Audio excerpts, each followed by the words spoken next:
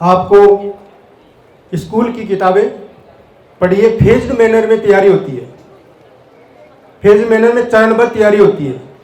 पहले आपने स्कूल की किताबें पढ़ी, फिर एनसीईआरटी की हिंदी मीडियम की किताबें पढ़ी, इंग्लिश की है तो इंग्लिश पढ़ी, उसके बाद में कुछ ऑथेंटिक किताबें, जैसे पॉलिटिकल साइंस में सुभाष कश्यप साहब की किताब है, और पार्लियामेंट और कॉन्स्टिट्यूशन, ये छोटी छोटी किताबें हैं, लेकिन और उसका डेमोक्रेसी में वो कहाँ स्टैंड करता है। जब आप इस बातों को पढ़ते जाओगे ना, तो एक वक्त ऐसा आएगा कि कोई भी क्वेश्चन आ जाए। आरएस के अंदर बहुत सारे क्वेश्चन ऐसे आते हैं, क्रिटिकली एनालिस, एक्सप्लेन, रेलिवेंस, इसकी प्रासंगिकता क्या है। अब ये जो वर्ड्स हैं, ये वर्ड्स अपने आप में कुछ वैल्यू रखते हैं। क्रिटिकली एनालिसिस वो नहीं कर सकता जिसको फैक्चुअल याद है, जो उसकी गहराई का पता है वही उसको एक्सप्लेन कर सकता है। तो right from the prelims examination मैं आपको कहूँगा कि एक तो आपकी बहुत वास्ट स्टडी होनी चाहिए, दूसरा अभी जो न्यू ट्रेंड्स हैं, the changing scenario in the competitive examination either RS और आईएएस, इसमें खास तौर से इन्वायरमेंट, इकोलॉजी, इंटरनेशनल रिलेशंस, ये बहुत महत्वपूर्ण होते जा रहे हैं। कुछ एग्जाम्स के इस तरह का नेचर होता है कि कुछ टॉपिक्स के अंदर क्वेश्चन आवश्यक रूप से आते ही। एक बार आपने ओवरव्यू तैयार करने के बाद में ऐसे कुछ टॉपिक्स को आपको आइडेंटिफाई करना पड़ेगा। जैसे अगर मैं फ्रीडम स्ट्रगल की बात करूं, तो महात्मा गांधी, जवाहरलाल नेहरू, बी आर अम्बेडकर, सुभाष चंद्र बोस, भगत सिंह, ये 20 पर्सनैलिटी है, they are makers of new India. उनके बारे में आपको अच्छा प्रिपेयर करना है। एक बार तैयारी करने के बाद में आपको फोकस करना है। इसलिए प्रीलिम्स के बारे में तैयारी करते वक्त बहुत वास्ट स्टडी। दूसरी बात, आजकल ज्योग्राफी बहुत इंपॉर्टेंट होता जा रहा है डे बाय डे, क्योंकि जब से after the new this information technology the world become a village, और इसमें पूरे वर्ल्ड के बारे में जानकारी होना जरूरी है।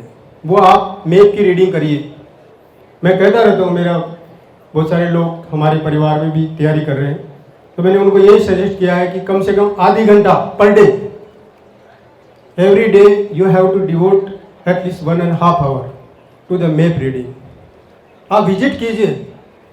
जैसे अभी हमारे प्राइम मिनिस्टर साहब इजिप्ट और यूएसए की यात्रा पे हैं, तो आप मैप के थ्रू इजिप्ट जाइए, आप मिस्र जाइए, और मिस्र में कहाँ मीटिंग हो रही है, कायरा में जाइए। आप कायरा जाओगे तो कायरा के बारे में पता कीजिए कि वहाँ का ज्योग्राफिकल टेराइन क्या है,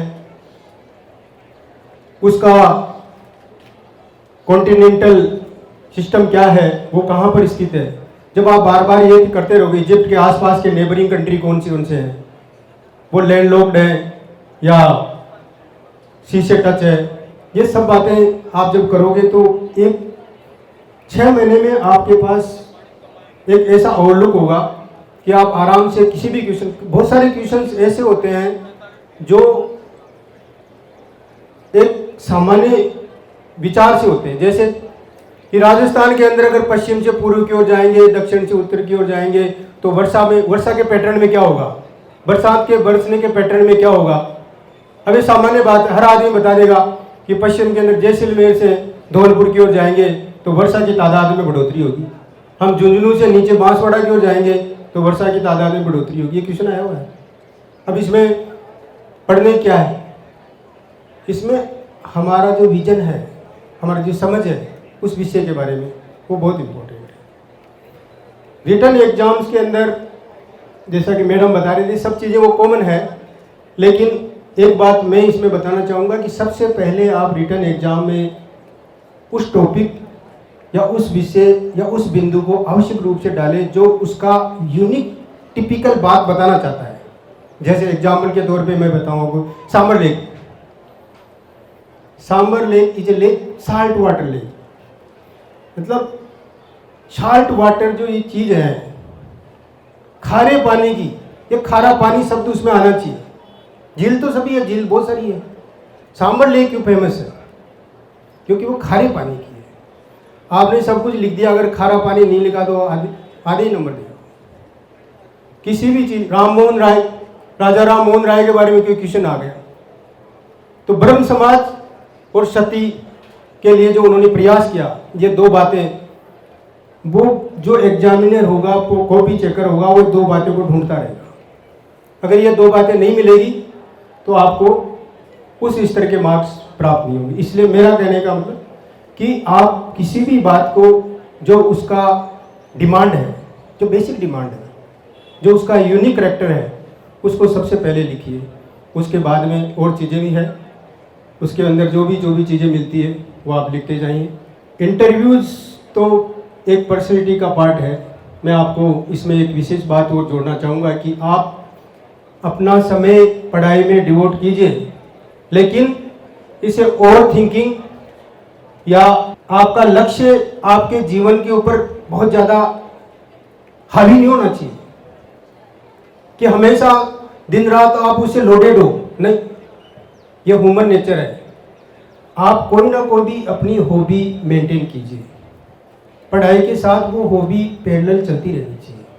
जैसे ही हम पढ़ाई से शिफ्ट और हुए, उस हॉबी में चले जाएं जो हमें इंटरटेन करती है, क्योंकि entertainment is the basic nature of the human being. If you are not entertaining yourself, one day you will fed up. आप उस सब्जेक्ट से फेड अप हो जाओगे, और फेड अप होने के बाद में फिर आपके पास में वो चीज़ें आएगी, नहीं हो रहा, ये नहीं हो रहा, वो नहीं हो रहा। खास तौर से लड़कों के लिए, लड़कियां भी, आप एक आधी घंटा खेलने के लिए निकालिए। आप बाहर जाओगे खेलने के लिए, लोग कहेंगे ये पढ़ाई नहीं करता, आरएस की तैयारी कर, खेलना नहीं। आप शाम को प्लेग्राउंड पे जाइए, आप एक छोटी सी अपनी फ्रेंड सर्किल डेवलप कीजिए, ज़्यादा नहीं, लेकिन 2-3-4 फ्रेंड्स ऐसे होने चाहिए जो वो खुद भी तैयारी कर रहे हैं, जिसमें आपका प्रेशर रिलीज होगा। वहाँ आप डिस्कस कर सकते हैं, उनसे बात कर सकते हैं, आप अपने आप को तोल सकते हैं कि मैं कहाँ स्टैंड कर रहा हूँ। हालांकि कोचिंग्स में आप जाते हैं, वहाँ लगता है कोचिंग के बाद में, कोचिंग में तो आपको एक सामान्य ओवरलुक मिलता है। जो ओरिजिनल तैयारी जो होती है, वो खुद बैठ के, जब कमरे में बैठ के क्वेश्चन आंसर को लिखता है, वो है तैयारी। 6 महीने आपने तैयारी करी, सारे सब्जेक्ट मैटर्स आपके दिमाग में आ गए, और यू भी है आपके पास, सारी समझ है, लेकिन आप उसे डिलीवर नहीं कर पा रहे। आपको पूरा पता है, स्वामी विवेकानंद जी के बारे में सारी पता है, उनकी बर्थ हिस्ट्री पता है, उनकी फैमिली हिस्ट्री पता है, उनकी फिलोसफी पता है, उन्होंने कहाँ कहाँ काम किया वो सारा पता है, वेदांत के बारे में जानते हो, लेकिन जब क्वेश्चन आता है तो आप उसे डिलीवर नहीं कर पा रहे। राइटिंग इज द स्किल, लिखना एक कौशल है, एंड स्किल नीड्स प्रैक्टिस। और कौशल जितने भी होते हैं वो अभ्यास चाहता है। कहीं भी देख लो आप कि जहां जहां कौशल की जरूरत है वो अभ्यास चाहता है। अगर आप उसे करते रहोगे बार बार, और जितनी प्रैक्टिस करोगे, your efficiency will increase, the coming product will be far better. जैसे जैसे आप प्रैक्टिस करते जाओगे, आपका जो प्रोडक्ट निकलेगा वो बेहतरीन होगा। जितने भी आर्टिजन है, जितने भी क्राफ्ट्स हैं, वो सब करते रहते हैं तो ठीक रहते हैं। अगर वो नहीं करते हैं तो धीरे धीरे वो डाई डाउन हो जाता है। Writing is a practice, you should keep it up. रोज आप कम से कम 1 घंटा तो लिखिए। आप आरएस आईएएस के अंदर मैंने देखा है कि ऐसे का जो